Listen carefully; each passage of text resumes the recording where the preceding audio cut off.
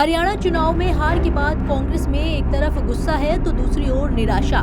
साथ ही पार्टी ने हरियाणा विधानसभा चुनाव में मतगणना के दौरान ईवीएम में गड़बड़ी का आरोप भी लगा दिया है। इतना ही नहीं, इसे लेकर पार्टी ने निर्वाचन आयोग को शिकायत भी सौंपी है, जिसके बाद एक बार फिर ईवीएम टैंपरिंग का मुद्दा गर्मा गया है।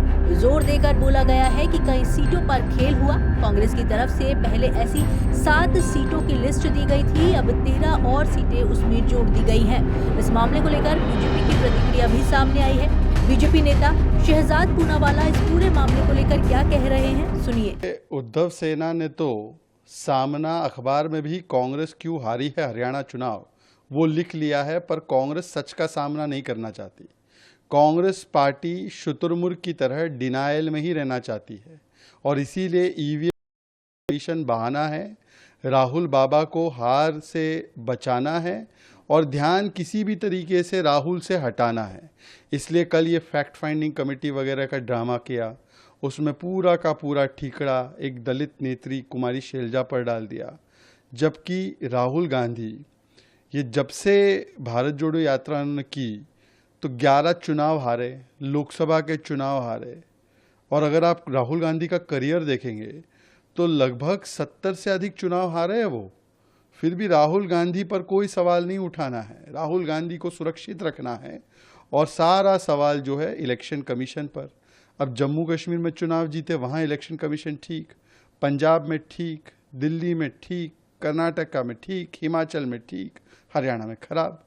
तो मुझे लगता है कि अपनी हार का ठीकड़ा किसी और के माथे पर डाल देना और सच का सामना न कर पाना, ये कांग्रेस की प्रवृत्ति बन चुकी है। अब तो उनके साथी सहयोगी दल आम आदमी पार्टी, तृणमूल कांग्रेस ये भी कह रहे कि आप अहंकारी हो, आपको समझ में नहीं आता, आप अकेले लड़ने की हैसियत नहीं रख सकते, आप परजीवी टाइप के बन चुके। यही उनके कहने का मतलब है कि आप अकेले तो लड़ नहीं पाओगे।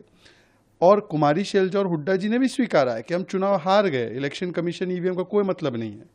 पर फिर भी कांग्रेस पार्टी केवल 2-3 लोगों को बचाने के लिए, राहुल गांधी, केसी वेणुगोपाल, जिन पर कई सारे सवाल उठे, उसको बचाने के लिए ये सब ड्रामा कर रही है। और ये दिखाता है कि एक व्यक्ति के विरोध में उतरते उतरते कांग्रेस पार्टी किस प्रकार से देश की लोकतांत्रिक संस्थाओं पर भी सवाल उठाती है, परिवार तंत्र को लोकतंत्र के ऊपर रखती है। वहीं कांग्रेस अध्यक्ष मल्लिकार्जुन खड़गे ने हरियाणा चुनाव पर कहा कि हरियाणा में जो हुआ उस पर हम रिपोर्ट मांग रहे हैं। रिपोर्ट आने के बाद सब सामने आ जाएगा।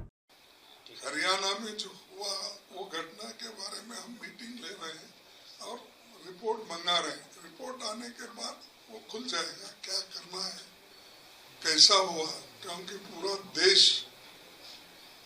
बोल रहा था कि कांग्रेस जीतेगी, बीजेपी के लीडर्स भी जीत रहे थे, जीत रही कांग्रेस बोल रहे थे।